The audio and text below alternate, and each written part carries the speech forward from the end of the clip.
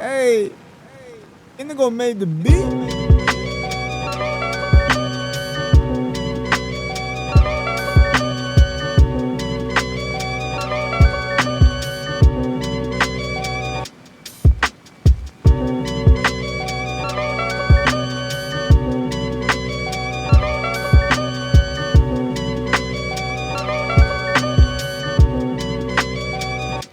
Greetings, everybody. Welcome to another edition of the Hero Speak podcast. I'm your host, Chris, here with my wonderful friends, Mike and B2 Emo.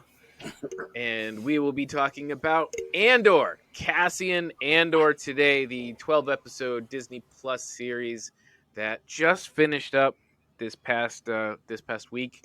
And we've been excited. I've been dying to talk about it. I didn't do a lot of preparation. I did take some notes, wrote some stuff down, kind of got my house in order, That's but the there's best just Chris we like. We like when Chris is unprepared. He has no notes. He just there's goes in. just so much of this series, so many things I know we're gonna miss, everybody. So you can yell at us on social media afterwards about what I'm missing, what I'm not talking about.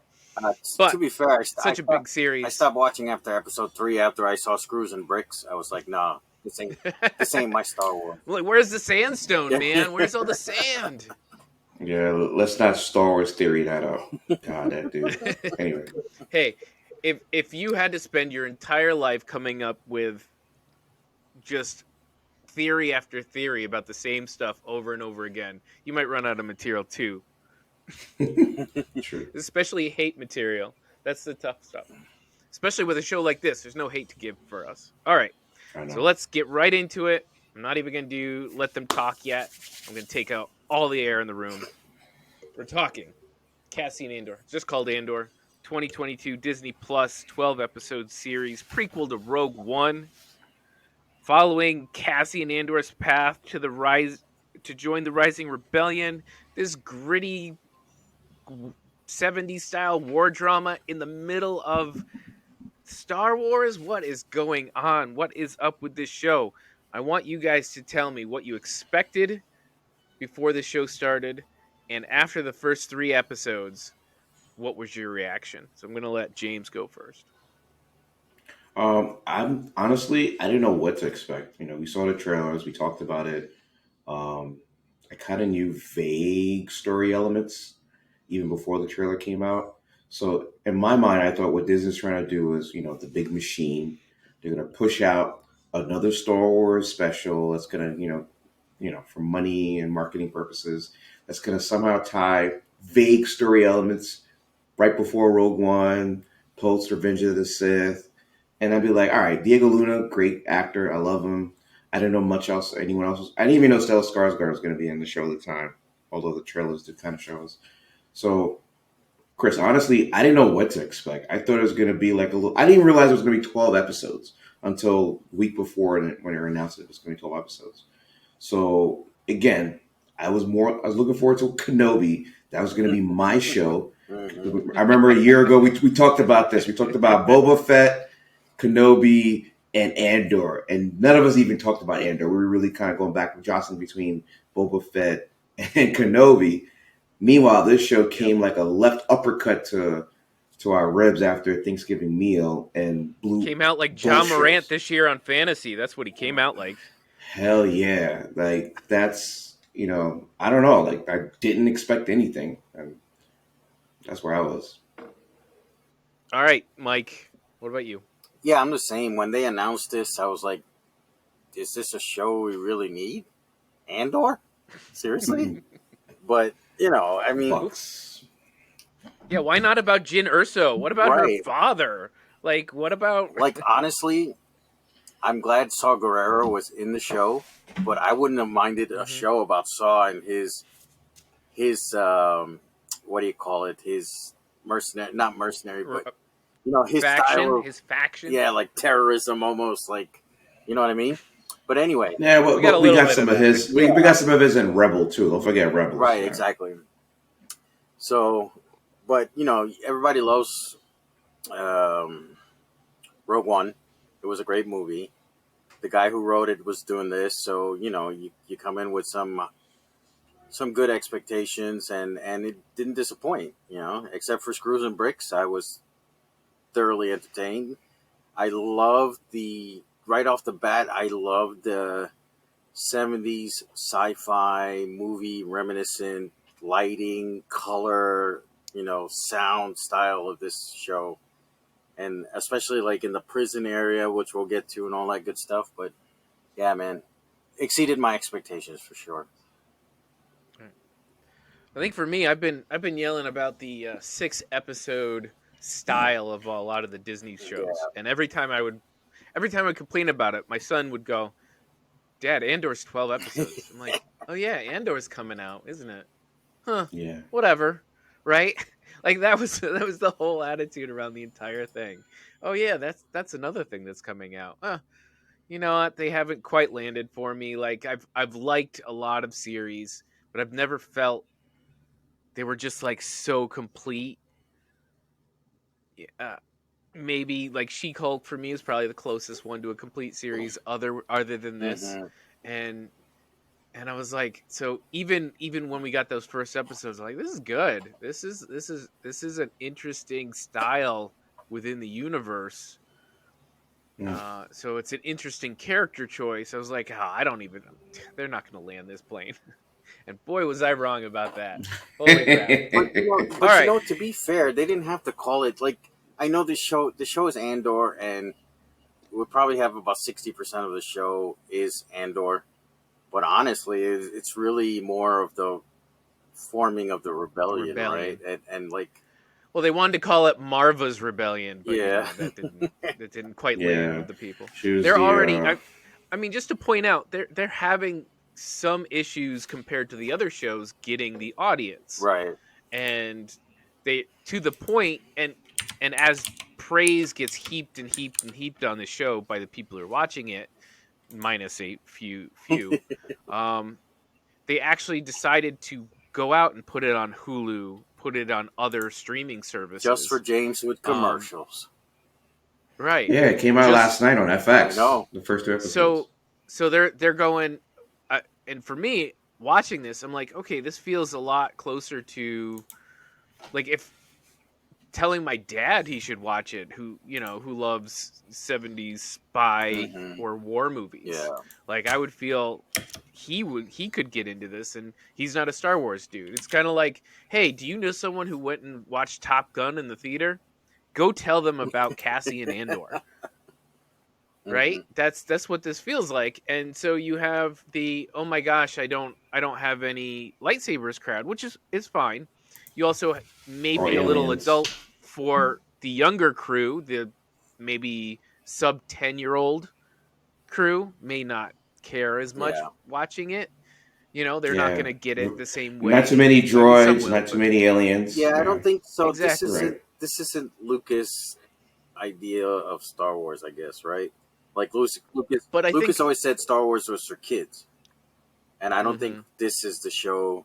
This isn't the Lucas idea of what Star Wars is. So But I think it's for me, it's a wonderful inclusion because where Lucas has always been, hey, I was a kid in the 50s and I'm watching swashbucklers and I'm watching samurais and I'm watching gunslingers and I want to make that kind of movie in space and I'm going to have there's a war going on, so I'm going to have some fascists over here, but the good guy's going to go through his thing and a magic force is going to make him do his thing, right? And it just had this Yeah. kind of layer of anti-fascism. Whereas this is, hey, let's get under the hood of this idea that there's a rebellion and there's this giant fascist government controlling everything. What is that like for the everyday people, and how does that function?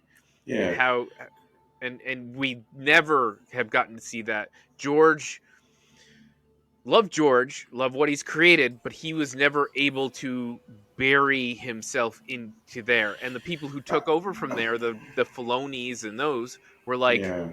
well, let's just do what George was doing. We love that part. We love I wanted to the slightly philosophy disagree, and Chris. I wanted to slightly mhm. disagree only because you're right. The OG George Lucas wasn't really into that stuff. But if you go back and watch the prequels, which I've done from time to time, particularly the third movie, um, he's really is focusing on the politics, Yeah. the geo-galactic politics, more so than he did in the original trilogy, where it was more like swashbuckling, Buck Yeah. Rogers, whatever. Mm-hmm. So who's to say maybe his long game was going to be really focused on what makes the Rebel Alliance, what makes the Rebel scums, and why we really care about them other than being the good side and the bad side. I like to think somewhere he's watching this show like clap, like patting himself on the shoulders like wow they went there. Maybe not. I'm just saying. I Like just we can't think say because that this was not. I just want to say we can't say this is not George Lucas Star Wars. I don't want to no, get no, fall into I that just trap. mean in the fact that he had within a politically he was pushing on the politics and the functionaries and all that, but he also couldn't leave out the Jar Jar. Right. That's the True. kids Yeah. part, the 4 kids part. Right. Yeah. So That's the kids part. Yeah. And in this case, it's kind of like I'm going to throw out a name that's going to make some people angry. The Thor Love and Thunder of it is you have the cancer Jane and that deep stuff and the lost child and the anti-gods, and then you have the fart jokes and the loving the hammer and that stuff. Like, and Yeah. sometimes that works, but in this a show like this, I'm glad they stuck to their guns and they held out. There are no Jar Jars, no Luke Skywalker showing up at the end, none of that stuff. Oh, sounds like Um, shots fired at Mando season 2. oh, Mando. I loved Mando. Mando's a great show. And I love that Mando held its own, right. being that Western style, off, in a time period of Wild West within the universe. Mando does it well. And even within Mando, though I personally don't think it's a great choice, Luke showing up is not far afield. It doesn't feel like it's it's completely, oh, this shouldn't ever happen in the show. But But it this show, I think it really need to stick to where it was pointing its camera and stay there. And I think it. yeah, I I'm glad mean it did. really you're talking about a contrast of 2 shows. You're talking about fascism of Andor, and then you're talking about basically anarchy of Mandalorian, Mm-hmm. right?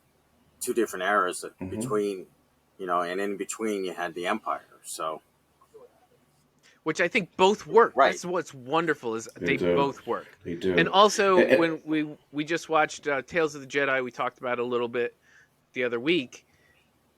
You know, that also works too within this universe, and I think it's the magic of this universe as we start making the bigger tent is what makes the universe feel bigger rather than smaller. Is now you can have different feelings in these shows, different points of I was view, gonna say, and they're I know working. we haven't gotten into the plot and actual story of this entire season, but just to echo what you've been saying, is I'm very happy that the creators and writers behind Lucasfilm feel like they can give us a show like take a risk.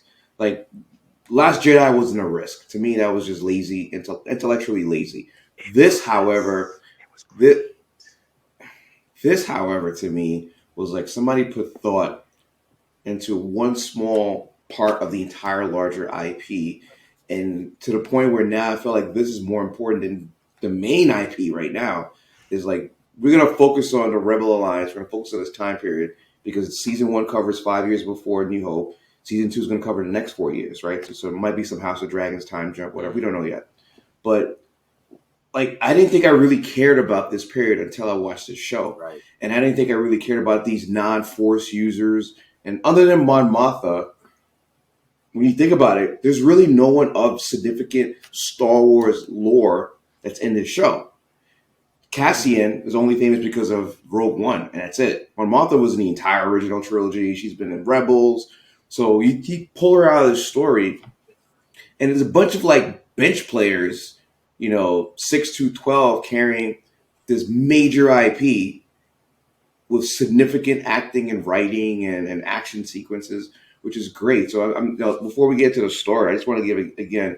I hope we continue. Not we. I hope Lucasfilms continues. I know Kathy Kennedy is going to be leaving within a year, and you guys know where I felt with her, back in 2020. So I'm hoping we get more like creative writing like this and more people taking a chance, By the giving us way, stories that. Luthen's ship is probably one of my new favorites. I would love to see Okay. Luthen's You ship go mean, up against Slave one day. is it me or is that the AI on the ship part of the ship? Yeah, just like the Like Falcon was the originally. Remember, the Falcon had the Mhm. yeah, but navigation the Falcon system. really didn't talk. Yeah, Yeah, it really didn't talk. It no, was just giving no, out but binary. Yeah, yeah, yeah. Right, right. All But right. all right, Chris, go ahead. All right, so we're gonna do this. There's kind of four periods within this series, within this 12 episodes. So we're gonna talk about those four periods separately, and within those four periods, we'll talk about the major characters as they appear. Um, so so for example, the first three episodes, they're pretty much an introduction to Cassian, who's this kind of lost soul, uh, searching for his sister. He's kind of on everyone's shit list. Everybody he talks to, every one of his Mm, friends is like, "Oh that's my true. god, Yeah, hey, Cassian, did we Jesus Christ." kind of did Um, they seems just to. kind of forget about that plot point, or because I totally Yeah, forgot I he think was they looking did. for his They sister? did. I did. I I did a don't. whole I think rewatch of the. Yeah, Yeah, they dropped that plot point. wow. I think from what I've heard, we're picking that back up on season Okay, 2. I was But gonna say that. I was gonna say I that. Yeah. think after episode 7 or 8, he can't well, work. he's That's got. like I know he's got bigger things to worry about. he's got bigger fish to fry. Um, so and within this first 3 episodes, he's recruited to join a mission, um, for a burgeoning rebel alliance. Now, interestingly, I think when we first see him, Cassian's this kind of, like I said, he's on everybody's shit list, but he's also very self-preservationist. He's willing to kill just to get himself out of harm's way. Um, and you just don't know why somebody's recruiting him for this, what he's doing. Like at first I'm like, why is this guy coming all the way to this weird planet to pick this guy up? So Hmm. we'll ask about that. So the characters I want to talk about at this, we can talk about Cassian. We could talk about Bix, Brasso, who will come up later. If you want to talk Mm. about Cyril. Cyril, Cyril. Cyril, Interesting Marva. character. I don't Very even interesting. So these remember. are the kind To of be characters. honest, I don't remember most of the names. I'll have to look them up. Okay, I well, do. you know who I Cassian got you, Andor Chris. is. Chris, I got you. Cassian, So what do you think of is this that the this first robot? arc? B2MO is I B2M was know, I'm right. It's a just droid. messing around. Chris, I oh, think okay, it was a okay. great decision because Mike is Mhm. not remembering names.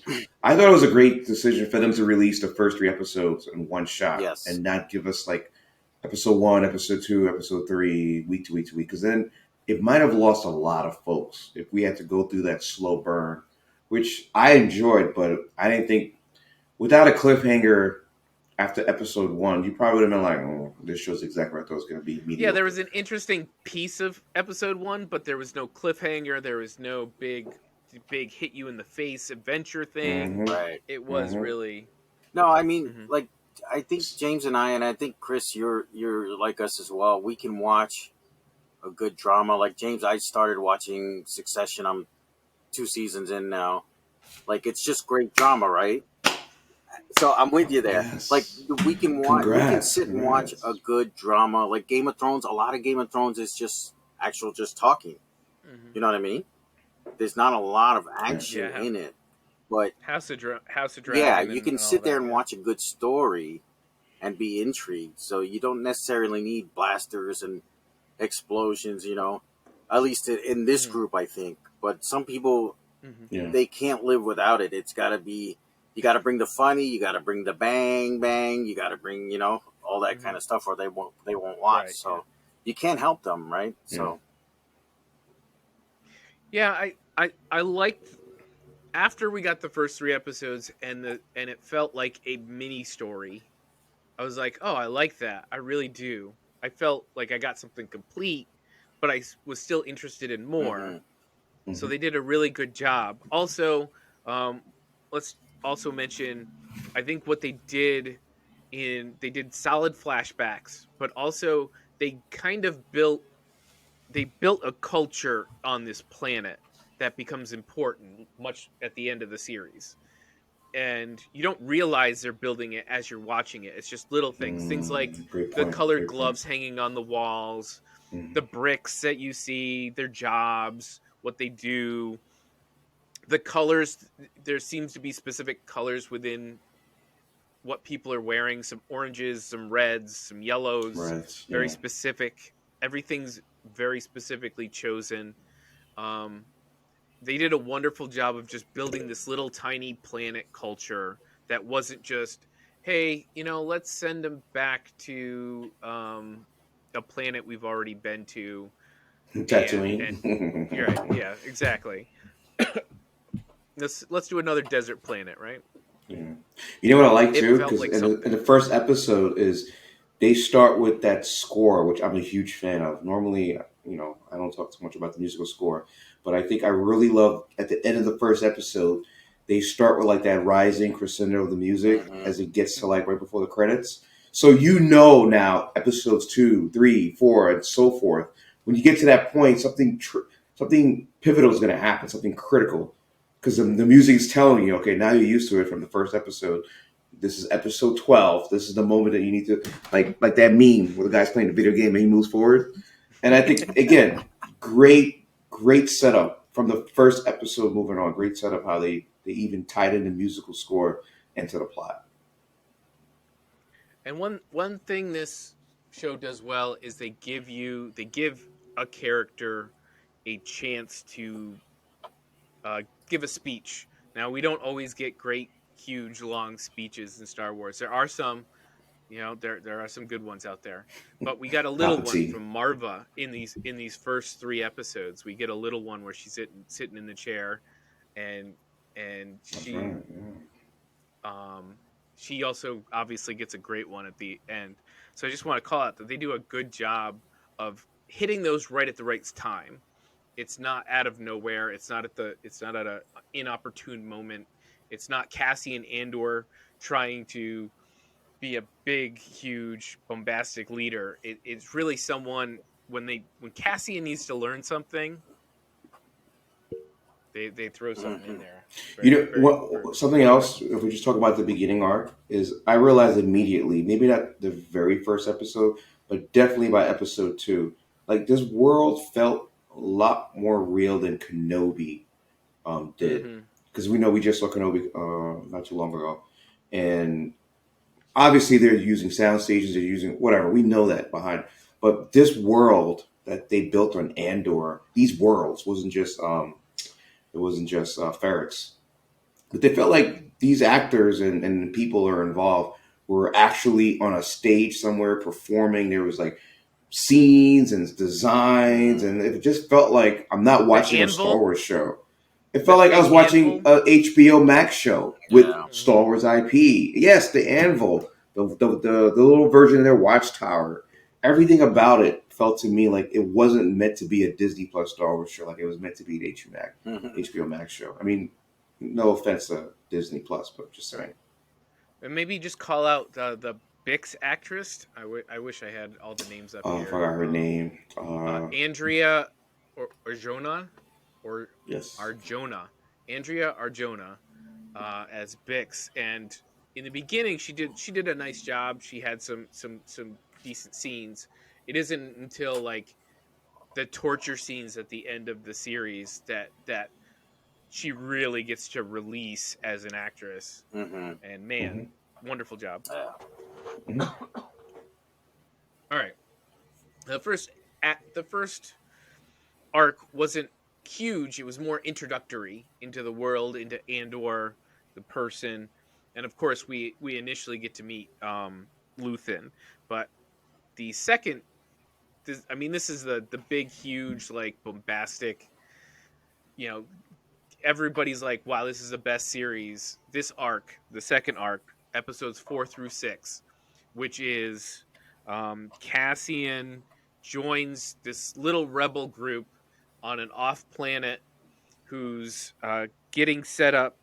They're preparing to Oh, steal the Downey. payroll. Yeah, Yeah, Downey. Yeah, Downey. Adani. They're preparing to steal the payroll from the Empire, like a month's payroll or 2 months payroll or something like that. And so we get to know Luthen, Vel, Sintra, and Karis. They're probably the big names I want to talk about here. And this arc here just had me in a grasp. There was so much tension in here, even between the group when they're trying to decide whether or not they trust Cassian. They're trying to tell stories between each other. We're hearing about Karras's manifesto. Cassian is seeing that. Are they prepared or are they not prepared? Is this going to be a giant failure? Our expectations as Mm-hmm. people watching going, there's always this thing's going to blow up in their faces. It's going to be terrible. Everybody's going to die. Everybody's like, who's going to live? Everybody else is going to die, right? Yeah. The expectations. Uh, And then one obviously thing you forgot to episode mention, Chris. 6. Mm-hmm. One thing, no, real quick, because Cyril's introduced in the first arc, episodes 1 to 3, and he's the first of our That's mini antagonists. Yeah, I'm He's sorry. actually in He's my the list. first I'm of our sorry. mini. We should have Yeah, talked he's about the it. he's the first antagonist on the show that we meet in the first 3 episodes. Obviously, he Let's goes go through back. the You're course right. Let's go back and talk of about our Cyril show. and his arc first before we go to 4 through 6. And something that amazed me, and maybe because the actor did it pretty well, is the idea of the bad guys not being pure evil like the OG trilogy or even the prequels, right? They're bad, but in their mind are not bad. They're just due diligence. They're doing their job. Cassian, the main protagonist, kills 2 people. Doesn't matter why he killed them. He kills 2 people. This dude was like, Right. no, this is wrong. Let's get this son of a bitch, right? And you're like, I can see he's a little overzealous with his methods and means, and like his boss tells him, "Hey, man, it's okay. We don't want to get the Empire involved in this." He's like, "No, but we can't just let this slide."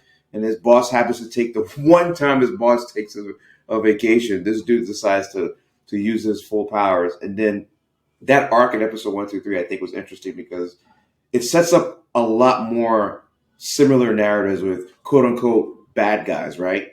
We get to see what the ISB really is about, their version of the CIA, in episodes 4, 5, and 6, the Adani heist. There's like multitudes of these people that are clearly on the wrong side of of the show, but not all of them are purely evil. Some of them are just like the one guy in Aldani who's like the garrison's leader. He's trying to retire. He wants his son to dress up. His wife wants to leave. He's like, just do me one more solid and we're out of here. We're going back to Coruscant. Meanwhile, our own guys that we're rooting for are about to blow up this dude's entire freaking life. It is funny. Starting from Cyril, there's a thread that gets woven through this show where not all the bad guys are like assholes that we hate. In the beginning, we start to like them. We take Cyril out of episodes 1, 2, 3, 4. We introduce Deirdre, episode 4, 5, 6. In the beginning, we're rooting for her. The misogyny that's happening with her, we're like, man, give this woman a promotion. Let her do her thing. And they're like, oh shit, no. Are we the bad guys? Right. Yeah, but the way that the show does it, it doesn't throw in your face and make it obvious they're the bad guys. It tries to. That was a big thing on the internet though, because people were feeling bad for Deidre, right? Mm-hmm. They were feeling sorry for her. Dude, I've seen and threads, and mostly women too. Yo, she's a bad guy. As much as you feel bad for her, her motives, in the end, are for the Empire. So For the Empire. Yeah, I don't know how many episodes of like Law and Order or something you've watched where the guy like Cyril is like the guy who helps the cops find the people who are who are doing this stuff, and you're like, oh yeah, he's the good guy. But you like twist that around a bit, all of a sudden you're like, no, why is he chasing the murderer? Don't let the murderer go free, please. Like, you realize what side you're on as you stir the soup. But yeah, I guess I popped right over Cyril. I shouldn't, because he becomes not important but quasi important. He's definitely a thread that's not going anywhere. Yeah. All right. So anyway, episodes 4 through 6. the Aldani heist. So let's talk about Luthen, because Luthen is really a linchpin here in this show, in a lot of ways. But uh, Stellan Skarsgård Still is Skarsgård, yeah. just just killing it as whenever he gets on screen. Not only with his hood yank, a little sharp hood yank, I use that GIF um, all the time now. There's what? but There's what? when Sorry. the The GIF. GIF There's a he GIF of uses him it, when he puts Oh, the right, hood right, on. right. Okay. but like that moment when he switches, he gets on his jet and he has to switch from being that spy guy Mm-hmm. to being the fluffy salesman, and he kind of and he just practices that flair for a second and then moves forward, like getting Mm-hmm. into character. And it's wonderful little things like that. And of course, moving to the point where he gives one of the most moving speeches in Star Wars history, in television. Like, I don't think I've seen anything this year that isn't on this show that's as moving as that. I I don't agree know. with you. Yeah, It'd be I would close agree with to you. think about. But yeah, let's talk about Luthen being this crux character, hidden in the seams, doing dirty work. What do you guys think of Luthen, Mike? Yeah, Luthen was a great character to introduce to the universe. He, the antiquities dealer, in disguise as the coordinator, so to speak, right? Um, Mm-hmm. Basically, trying to figure out how we're gonna how to recruit people and how to pay for everything, and so um, and Skarsgård, played him very well, very well. A great performance. Fantastic. And again, like I said, I love the ship. I love the transition from he's putting on multiple hats, right? He's got to play the dealer, the antiquities dealer. He's got to coordinate these with the rebels to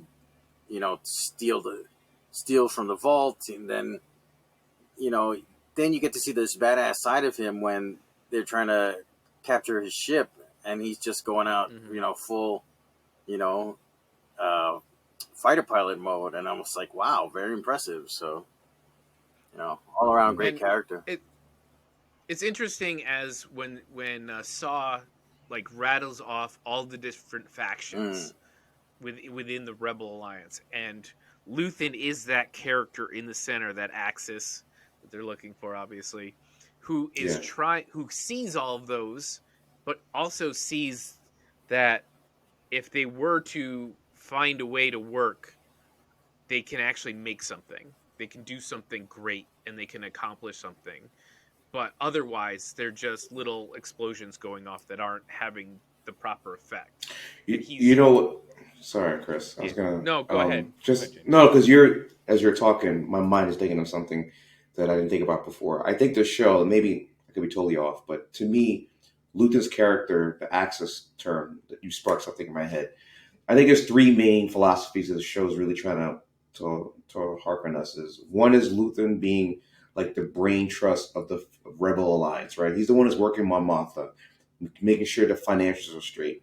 He's the one that's working the other part of the triumvirate is Cassian. He's the executor. He's the physical embodiment of what they need to do get done by any means necessary. The militant revolutionary, even though the Cassian doesn't officially take that role until the very, very final moments of episode 12.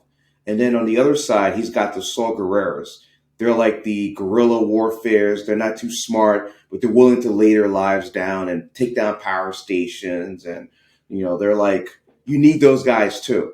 So I think he's working Mamatha, he's working Saw Gerrera, he's working Cassian because he knows he needs all of these. But I think out of every character in the show, he's looking at the long, long game and he's taking the biggest risk. I mean, forget about that speech. I think he said 15 years. He started an equation in his head that he hasn't solved yet. I think he realized what he needed to do. Like he's like Palpatine, but on a different version of Palpatine, right? And I don't think we've ever I seen a agree. character like that in all of Star Wars. ever. Period. Not on the rebel side. You can say that's a Palpatine Yeah, thing. not on the that's what I meant. Not on the light side of whatever. He's not a Yeah, force that's user. like Yes, yeah, not it's on the also good like side. Thrawn level, like Thrawn-esque, right? So Yeah, and we joked we were texting each other about the whole the Grinnick, the sacrifice of 30. We were joking about that. mm, But when you watch the finale, it's like a throwaway thing. He goes, "Yeah, they're celebrating dead, no survivors." You're like, "Holy shit, that actually did happen." And it did die. And no one cares about it. They're moving on. yeah, And I'm like, that is deep. It's just a Yeah. throwaway line. mm. Yeah, they lost, no survivors. It was a great victory. And I'm like, holy shit. Yeah, when he says to the guy, "You're worth 50 men," like that Plus, calculation, yeah. the Plus, he fact kept that naming the other guy, plus Grennick. 50 men yeah, plus Grennick. Because remember, Grennick was a leader of. right. So he's the guy doing the calculation, and you don't think about that guy. That guy's never named. Otherwise, you expect the leaders to be hopeful and care for every human being as equal, and no, he's not. He cares No, about he's not. the final product, and not everyone's equal in his eyes, and And it's there's no character like him ever. Not even in the books. Remember, I could be wrong, but even the old Legends books, I don't think there's a character like him. And I've said before, I love dirty Star Wars more than clean Star Wars. This is the dirtiest Star Wars has ever been. Like, man, this guy, he's in the muck. He is. All right. So what did you guys think of like Vel and Cinta, like those let's. characters We should with take it? a break though before we move on. Take a quick break. Yeah, sure. We can take a quick break, and when we come back, we'll finish this discussion. All right. All right. Welcome back. We gotta finish talking about the crew. So Vel, we found come to find out is the cousin of Mon Mothma, giving us a little rounded Cousin or out of. sister? I thought Pretty they were sure it's sisters. sister. Yeah, maybe I'm Oh, wrong. Yeah. sister. Sorry, Yeah, your yeah. That's sister. right. I could have swore the guy said your cousin's here, but I guess did he say your sister's here? You could be right. All right, it does. Yeah. Well, It's family. I'll fix it in post. It's all family. You know, I'll Vin fix it in Diesel post. popped out. Vin Diesel popped out and said it was family. All right. So she's an interesting character because when we first meet her, she seems like she's tough and in charge. But then when it actually comes to completing the task, she doesn't get cold. She freezes up a little bit, and she She eventually comes does. around Yeah. and they do it. But that's when the trick, finding out that she's like Kim Kardashian turned rebel, like you're like, oh, this is Kim interesting. Kardashian. So, you know, Kim she Kardashian. I mean, Yeah. that's what I was thinking. Just a rich girl from She's the affluent. Yeah, planet, she's an affluent aristocratic family. Yes. and so this family is basically decided they're in with the rebels, but one is doing it from the Senate with her money, and yes, she's in danger, and her family's in danger, but the other Mm-hmm. one is like full She's in the field. physically doing the dirty work. So, what did you guys think of this kind of a character? I like her character. I like Vel's character. I thought she was a no nonsense, tough person. Even when she froze at that Mm-hmm. moment during the heist, I like her leadership skill, and I like what she brought. And they kind of touched upon her relationship with Cinta, and then kind of like let it, in the last couple episodes, let it die down, which is great. But A little bit. I'm hoping season 2 they do a little more about with her character and Cinta. Um, and obviously, we know how this entire story ends. Rogue One, right? So in Rogue One, we don't see any of these characters other than Mellish. Mel, I think his name was the guy. Yeah, the The guy from only the guy I prison. was. Yeah, that was just him. So we haven't seen K2SO yet, so we don't know. Maybe he'll be in season 2. So it's interesting. What happens to these characters? What happens to Vel? What happens to Senta? What will be their swan song in season 2? Yeah. But as far as what I was able to see in this season, I thought she was a great character, great addition. Um, and I like the fact that although she's taking orders from Luthen, she still feels very, very independently motivated at times. Mhm. Like when she went to go see who's the lady in that dealership? Not dealership. He wasn't selling cars. In that store, the antiquity store with Yeah, Luthen. it's Luthen's like The assistant. helper. I Yeah. don't. Yeah, I Yeah. don't know. So I think Vel is still independently governed and minded by herself, but will still work within whatever boundaries that she has with Luthen. So unlike everyone else, I think Senta is more like a follower. You give me orders, I'm going to do it. Whereas Vel, I think's a little bit more independent. But Cinta's got this great like she didn't get a lot. Like honestly, she's definitely a background character. We weren't sure what she was at. Mostly Yeah. getting learning about her from other people, but she had one great moment where Vel was like, "Hey, what about us?" and Mm, and you get the she's just like, leftovers like Thanksgiving. "That's right. We get what's left afterwards." And That's she's dope. also That the is no nonsense. dope. She's also the no nonsense. She'll shank a dude, um, Mm-hmm. if she gets a chance, and that's okay. And then she's gone, right? Yeah. So she's got some cool bits, but I hope you're right. I hope we get more out of the two of them in season two. And finally, about this area, let's talk about Karis.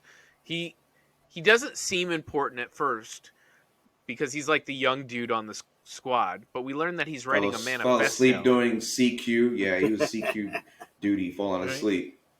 But we find out he's writing a manifesto on rebellion, and he claims that he gets some more inspiration from Cassian and blah blah blah.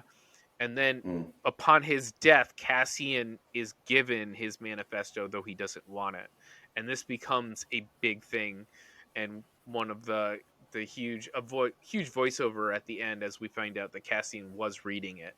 What did you guys think of this manifesto, the use of it? I liked it. I thought it was pretty bold by Star Wars to give us something that's politically doctrination, lack of a Mm-hmm. better word. Um, I think Rebels or maybe Clone Wars might have started some dialogue similar to that. And Mike, I don't know if you remember. I think there Like was a character or two probably that Rebels. in Rebels that started the whole idea, not a full blown manifesto, but the idea of politically why the Rebel Alliance has to exist against the Yeah. Empire. Um, we watched prequels. The only person close to that was Padme. Padme's little speech near the end. But Mm-hmm. we just knew that the Rebel Alliance just had to exist. We didn't need to Right. know There's why, good. There's right? evil. So it's got We it. just Right. need Yeah. we just needed to fight the oppression. Right. But I like the fact that his character, the little moments that we did get of his character, was explaining why are we trying to fight the Empire? What's the purpose? Is a sickness, a disease? Explain. Like, give me more Right. information about that. And Yeah. he does. And he does it to a character who you kind of like for me watching the show, I lean more towards Cassian. I'm like, Mm-hmm. not 100% selfish, but also like I'm not really to throw my life for this cause yet, right? Right. So you listen to this young kid who seems to be like a philosophy major in the quad playing hacky sack, but this dude's talking and he's talking, and I think the moment that he dies, right, for the cause, quote unquote, the cause, I think that probably hit Cassian, and then to see him go through what happened to the prison and everything else, I thought it was a great callback in the finale that we came full circle, and he's listening to it. Great Mm-hmm. choice of like showing, you know what, this did have an impact on Cassian. It did have an effect, and to you also as like the audience, because they hit you in the head later on with Marvin's speech, right?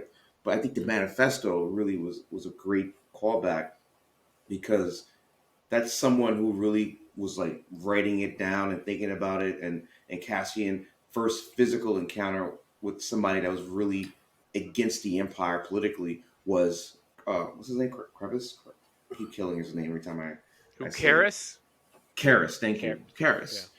And then obviously he feels it more personally when his mother passes away. But I really like the character. It's wow, shocking that he died and the way he died. Yeah. But Again, Tony Gilroy took a chance with giving us a little polarization of the A rebels little. and their cause a little, and I was for it. I mean, I don't know what Mike's gonna say, but yeah, I thought it was great. Yeah, it worked. It worked for me as well. Like, I wouldn't say it's necessarily like a standout character, but it did. It helped kind of glue things together, right, for the show. Mm. I think so. These are little pieces that I think Tony Gilroy does well with these characters. Like, they're not they're not huge characters. They're not the main characters of the plot, but every little bit helps bring that story together. So And it's all in the education of Cassian Andor, basically.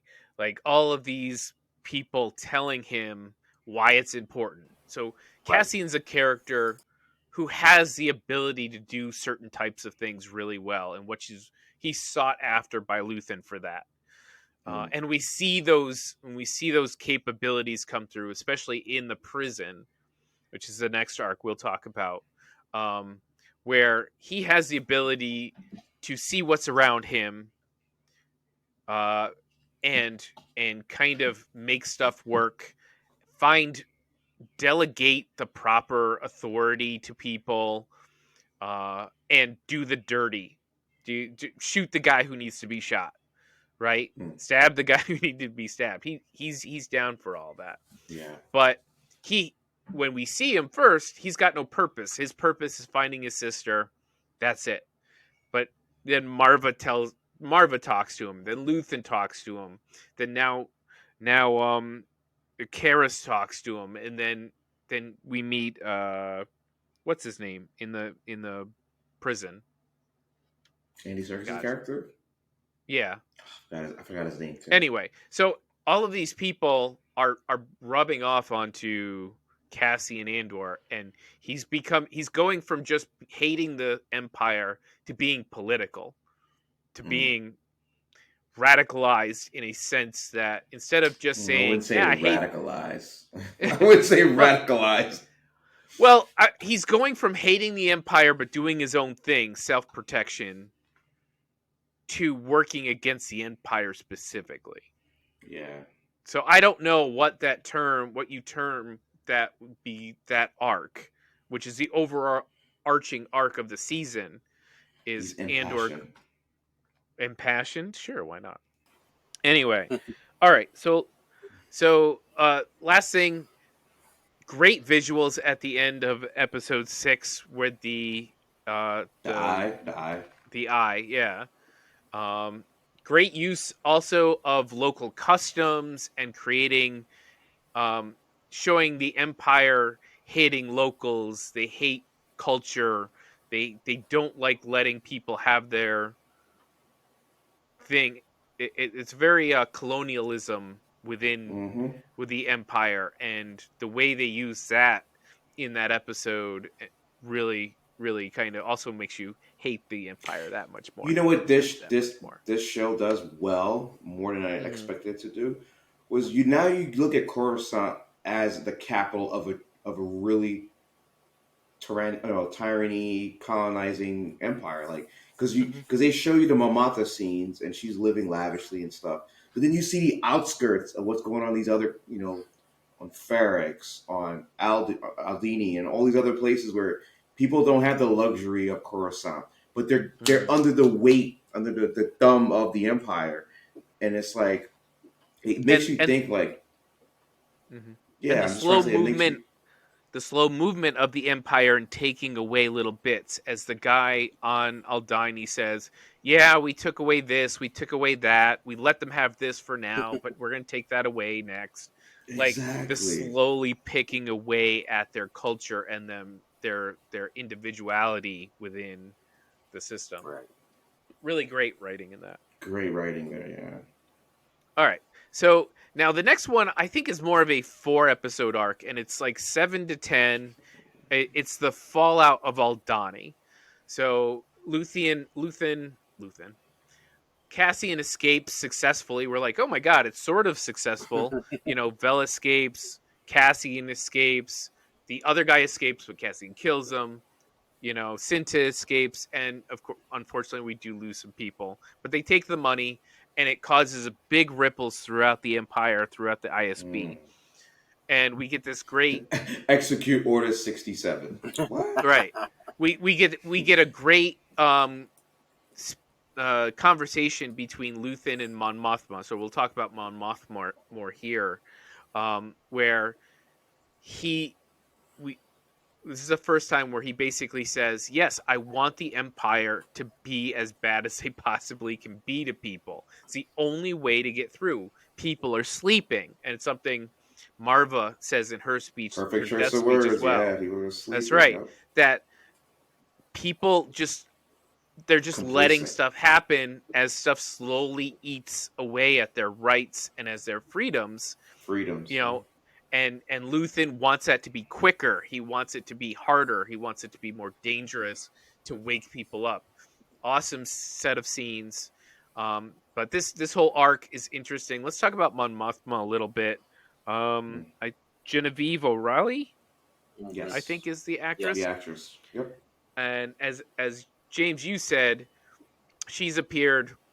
Mon Mothma as a character has appeared since episode 3, but or episode 6. 6, right? Yeah. 6. Episode 6. Um, but this actress, I believe, she appeared in the prequels as Mon She Mothma, was only in right? Rogue One. Episode Rogue Yeah. One. Rogue Okay. One. Yeah, she wasn't in Revenge of the Sith. No. She was in Okay, Rogue she One. wasn't. Yes. Okay. But anyway, this character's been around the whole time, Yeah. and what they've built here in this character, I never thought would be as interesting or as tension filled. Watching her live her life in her beautiful apartment, and then going in a car ride, and then going to the arms dealer, or the I don't know what The shop it is. salesman. Anyway, the Yeah. salesman, and that's about it. Like, you're not seeing her do weird stuff, but she's in a party. Much She's having senating. She's not doing much senating. right, but they've filled her life with tension. They filled her story with choices, tough choices, and it's such a wonderful built. And I don't even know how else to say it. What did you guys think of the Mon Mothma character, the Mon Mothma storyline, as a completely different side to this dirty, um, uh, underground version of the Rebel Alliance? And now she's trying to fund it, trying to be secret, trying not to get caught, all of that stuff.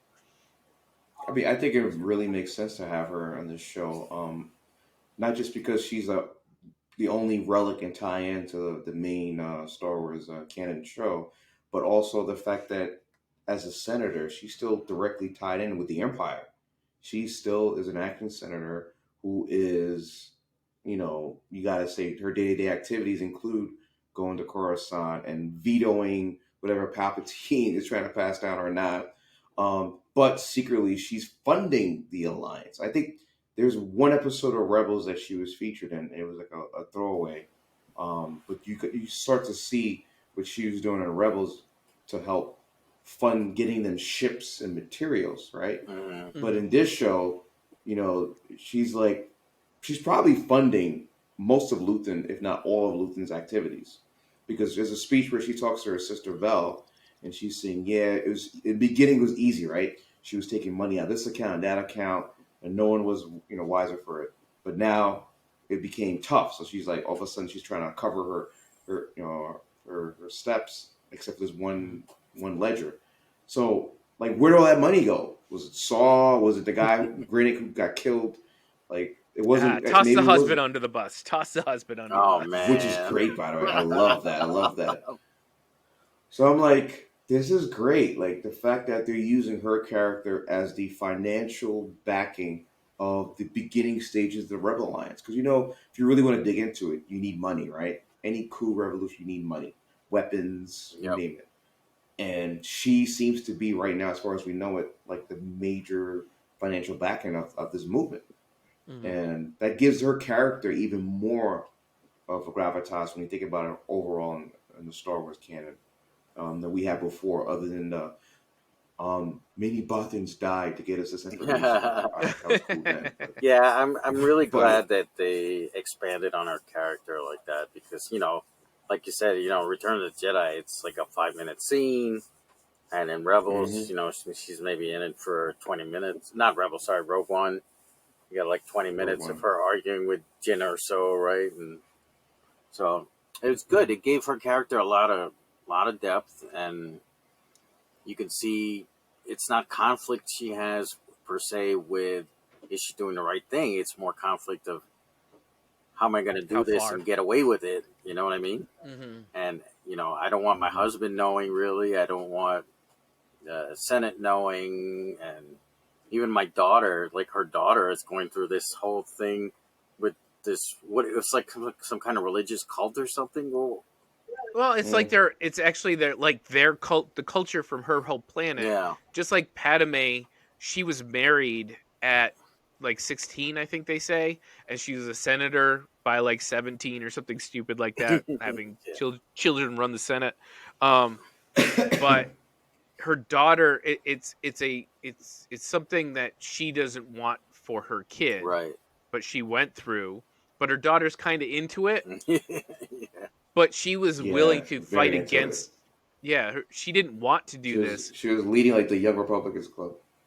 but yeah, but as we get after we get Luthen telling what he has given up for the rebellion, we get Mon Mothma having to make a choice about what she's willing to do within her personal life, what she's willing Mm, to go through sacrifice, or yeah. give up for the rebellion. And we come to find out she's willing to put her husband on a spike, and she's willing to let her daughter into a system she doesn't really want her to be a part of.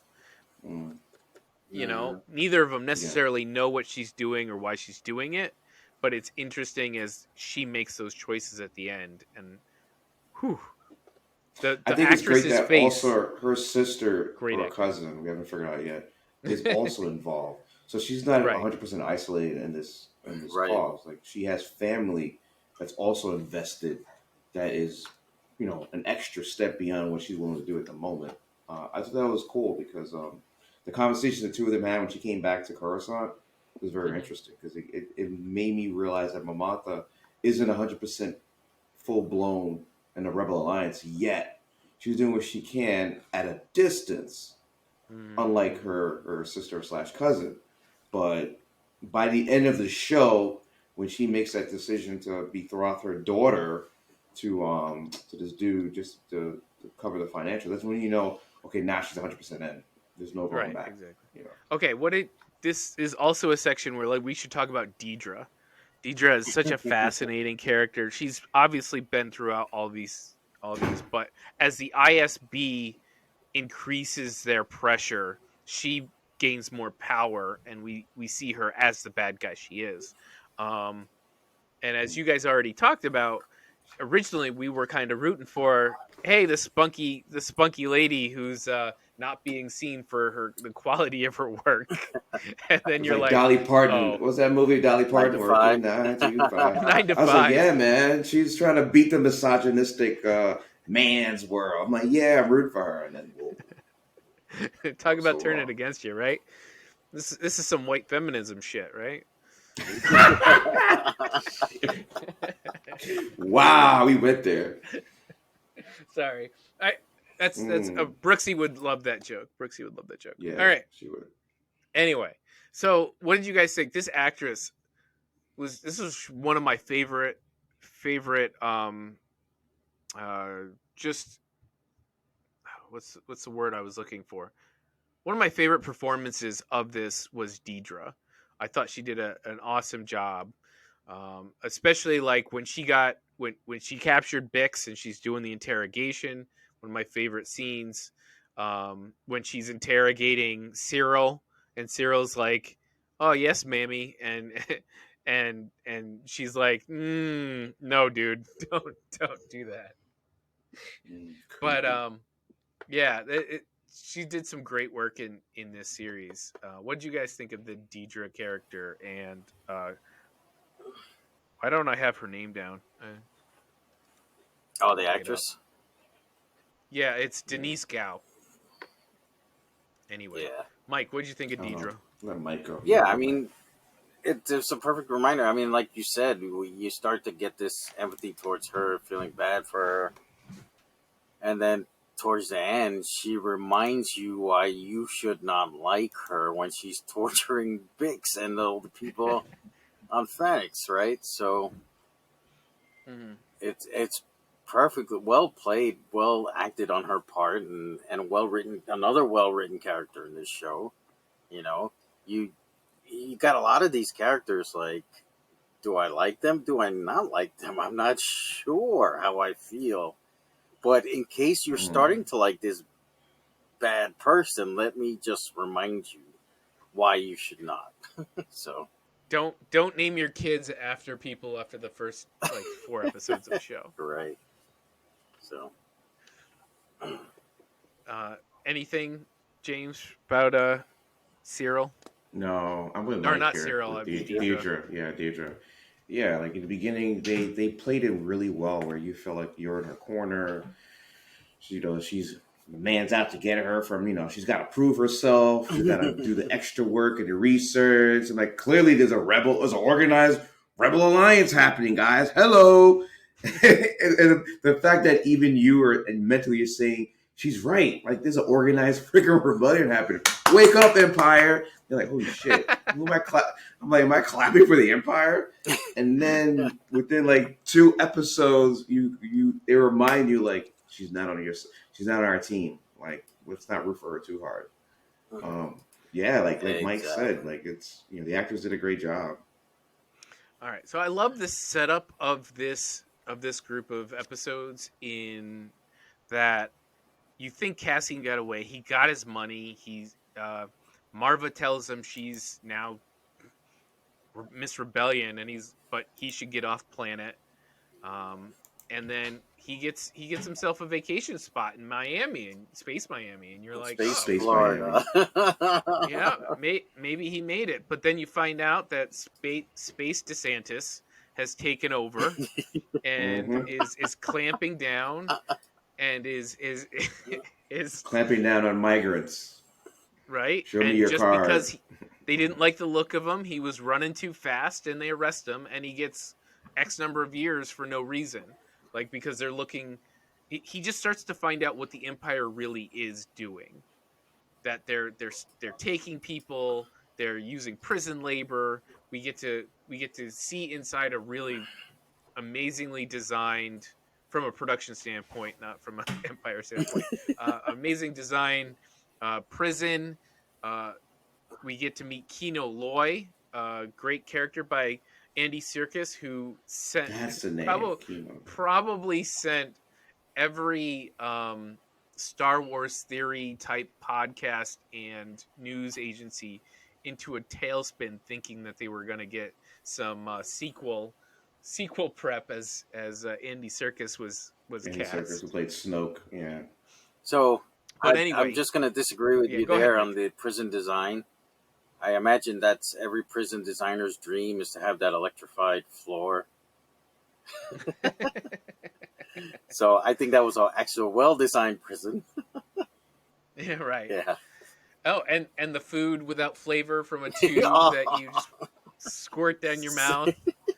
Oh man. Also, it's all renewable energy. It was yeah, highly hydroelectric power, efficient by the prison. way. Yeah, High efficient. Although it destroyed the ecosystem and the locals that live there, which we right. found out later on, but it's Mm. very renewable, man. Self-sustaining. But from a TV watching standpoint, very awesome design. The whole thing, how stark white, the the idea that the Empire isn't listening to the prisoners, that they don't care for the most part about what they're saying. They don't think of them that much. Really, some important work going on. Some great writing, and exciting. Another ability to build tension in interesting ways as they're trying as um, Cassian is pushing to get this guy to help him out. He's like, "Come on, Mhm. you got to help. We got to get out of here." And until he discovers that he The also awful isn't truth. the awful truth that he Yes. isn't getting out. No one's getting There's no out. time. The Empire is not gonna keep its word. It's a Soylent And Green is then people moment. right, never more than 12, baby. Never more than 12. To me, that is one of the most pieces of information, dark pieces of information to get when you're realizing you're serving a time and you think that you have a due date, a release date. In reality, that's not the case. And again, the empire is behind this because of the new governing and laws, um, putting pressure on their prison complex across the galaxy. And I'm like, holy shit. Like, again, it reminds you, this is a bad state of government. Like the Right. empire, like you keep forgetting how bad it is. And then Tony Gilroy reminds you, yeah, by the way, this is what the prison complex system looks like in this empire world. Because We who's never gonna talked check? about it. Yeah. Who's gonna check and Who's who's going gonna to check the emperor? complain? Yeah. He is called the emperor. Even on this show, when they were like, "Oh, we had to wipe the bad taste from the emperor's mouth," I'm like, he's not called a governor, the Mm-hmm. president, or it's called the Chancellor, emperor. right? He's not chancellor anymore. Yeah. Yeah, he's not chancellor, not even supreme chancellor, which is we keep forgetting how much of an autocrat he is Yeah. until they remind you on the show. But yeah, And again, then Chris, sorry. and then we'll say that we see that little hint at the end, and they say, "Look, this is what they were building at those prison complexes." And interesting, again, how far this show will go is we only see two people escape. We see hundreds of people jump into water for however far from land, happy that they are not giving into the empire, happy for some temporary freedom, but we don't see anybody else escape. Mm-hmm. Like there's this heaviness over the top of you, and but some great writing that the fact that they were able to feel free was a success. Like that was the success, is just getting there. Even though I can't swim. Devastating line. One of Devastating. the most Yeah. devastating Very lines of devastating all line. time. No, it wasn't just the Devastating. line, the delivery of it too. Andy Serkis, props to him, man, because that you could Mm-hmm. see it in his face, like, dude, I can't Yeah, get it. I he's like can't. my road. He goes, my road ends here. Yeah. Oh man. All right. I guess we'll finish this off. We'll jump right to episodes 11 and 12. This is basically a giant climax for the entire series, as everybody's figuring out what's going on. Marva dies, thus bringing everybody to the Marva's funeral and Funeral. causing Mhm. a giant explosion of tension. We have the capture and torture of bricks. We've got the exceptional visuals of the culture of the locals and the building of them becoming rebels themselves. Just a standard everyday person doing their job becomes part of the This is like rebellion. the Boston Tea Party of the Mhm. Galactic Civil War. Right.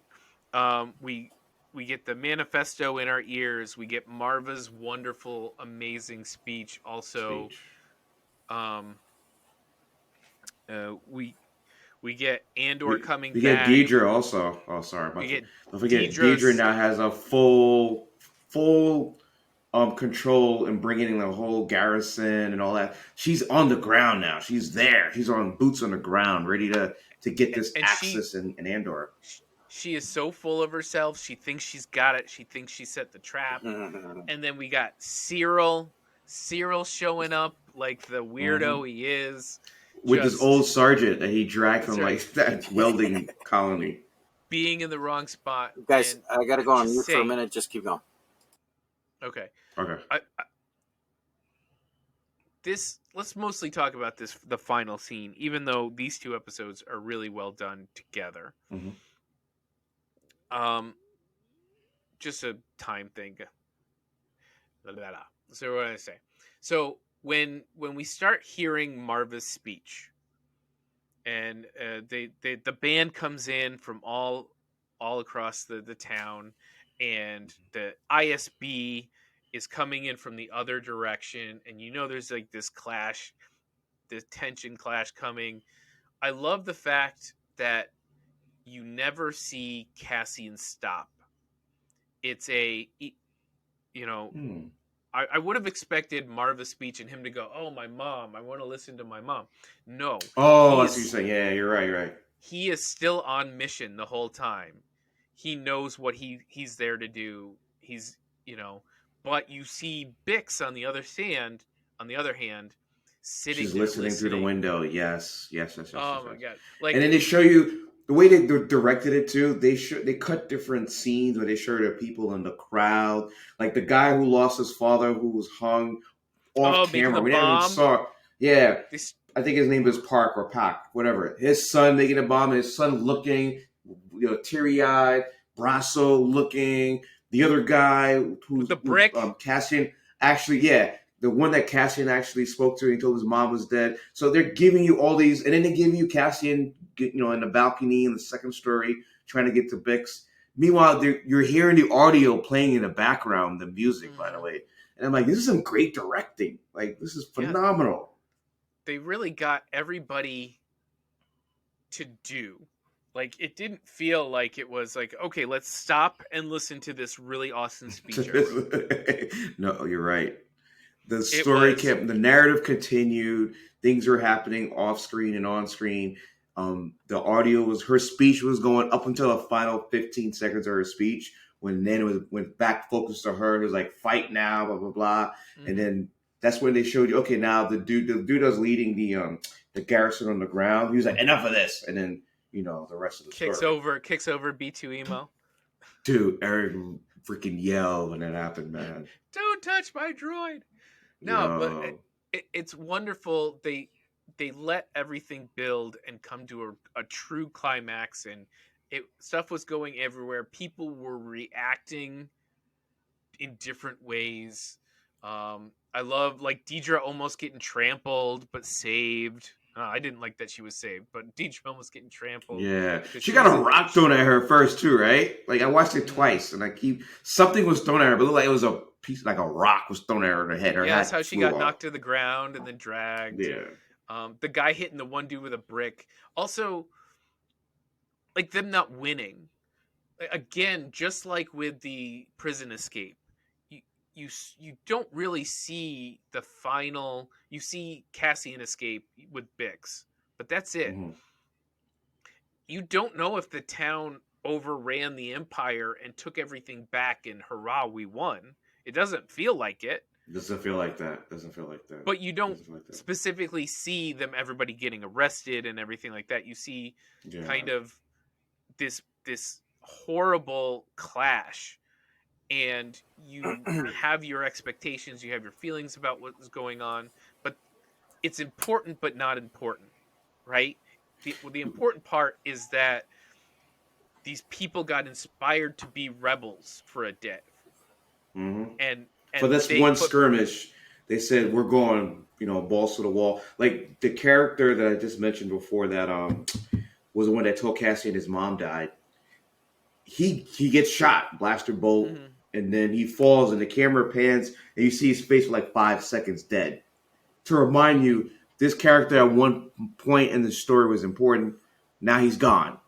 mhm, His life is gone for this cause, and it makes me feel like this is again the realism of this show. Like it's not like you get a Disney ending like in the sequel movies and whatever. It's like no, this dude who was important to Cassie at the beginning, now he's dead. He got a blaster bolt, like he was a regular casual dude, killed, mhm. gone. There's an old lady that's running, boo, and the blaster bolts. I gotta give a shout out to Ringerverse because I was listening to their podcast the other day. The blaster bolts feel so much more real in this show than they have in the main Star Wars movies because like like Jedi's were just parrying the bolts, and they always Stormtroopers always missing, right? Mm. In this episode, the finale, they're hitting all of the good guys, and it's devastating seeing what happens when you get a bolt. Like you're gone. You're just dead Right. on Right. impact. Nobody's using stun. And Nobody's using stun.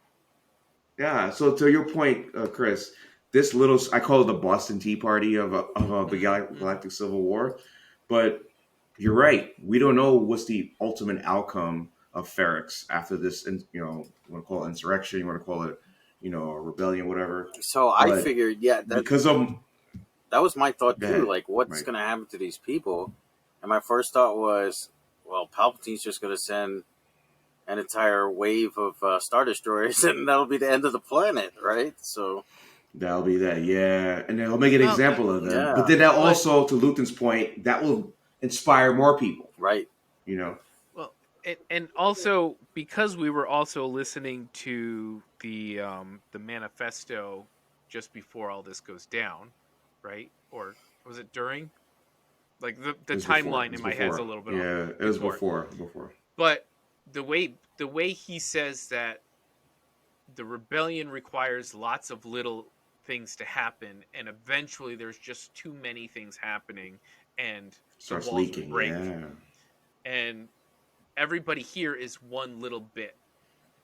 Like Marva's speech is about how she died before she realized she should have fought more, fought. Yeah, and we've been it's sleeping. easy. We've all been It's sleeping. it's easy for her being dead to say to fight, but she thinks you should do it, and just a lot of that idea that unlike Luke and the Force, you're you're just a little bit of this, but hey, you should do it anyway because a lots of little bits. You have to trust that you're doing it and your neighbor's doing it and they're doing it and somebody over in the other town's doing it and someone in another country or in another planet is doing it, and all of you doing it is going to win.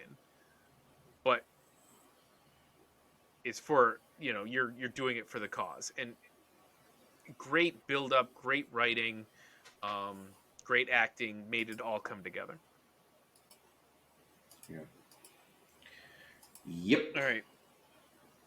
We will do grades and any call outs that you want, like whether it's an acting call out, a speech call out, a scene call out, something you wanted to make sure that you mentioned that everybody should pay attention to in this show.